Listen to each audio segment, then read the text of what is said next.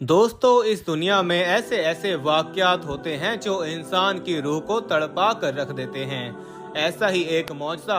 امریکہ میں 14 سال کے لڑکے کے ساتھ پیش آیا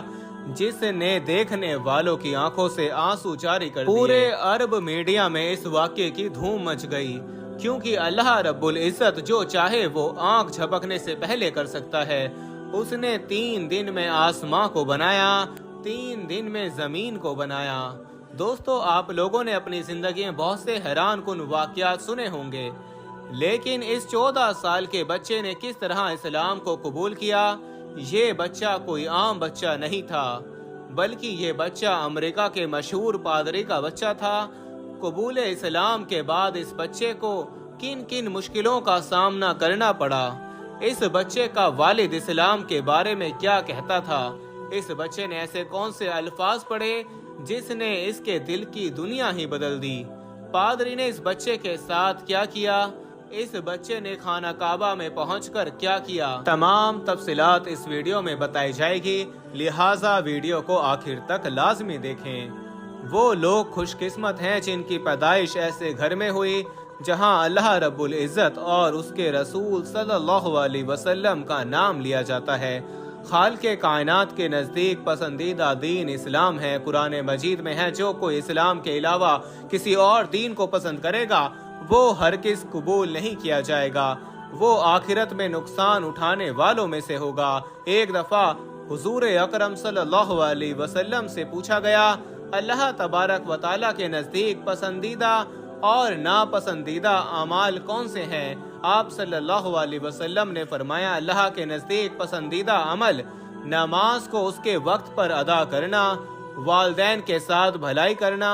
اللہ رب العزت کی راہ میں جہاد کرنا، جبکہ ناپسندیدہ عمل میں اللہ کے ساتھ کسی کو شریک ٹھہرانا اور لوگوں پر رحم نہ کرنا۔ دوستو اب ہم اللہ تبارک و تعالیٰ کے اس معجزے کا ذکر کرتے ہیں جو وہ بچے کے ساتھ پیش آیا۔ امریکہ کے شہر نیو یارک میں ایک مشہور پادری کا 14 سالہ بیٹا اسلام قبول کر کے اسلام کا داعی بن گیا۔ اس بچے کو انجیل کا ایک قدیم نسخہ پڑھ کر ہدایت ملی جس میں حضرت عیسیٰ علیہ السلام کا ایک قول درج تھا،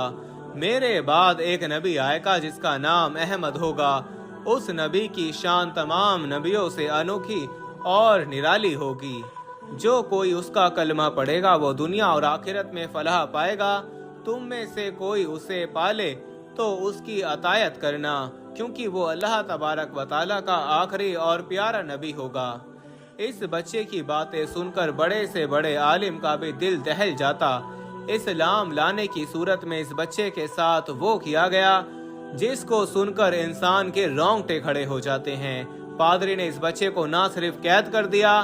بلکہ اس کو ہمیشہ ہمیشہ کے لیے خاموش کروانے کے لیے زہر بھی دے دیا گیا، لیکن اللہ تبارک و تعالیٰ کا ایسا معجزہ ہوا اس بچے کو آنچ بھی نہ آئی۔ اللہ تبارک و تعالیٰ ہر وقت اس لڑکے کی حفاظت کرتا رہا، اس لڑکے کا اللہ تبارک و تعالیٰ پر یقین پختہ ہوتا رہا۔ اس لڑکے کو اسلام سے اس قدر محبت تھی کہ اس نے اپنا نام بھی محمد رکھا۔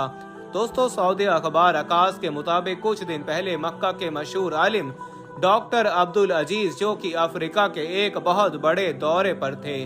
وہ نماز پڑھنے کے لیے قریب کی ایک مسجد میں گئے جہاں پر ایک 14 سال کے لڑکے کی تلاوت نے انہیں اس قدر متاثر کیا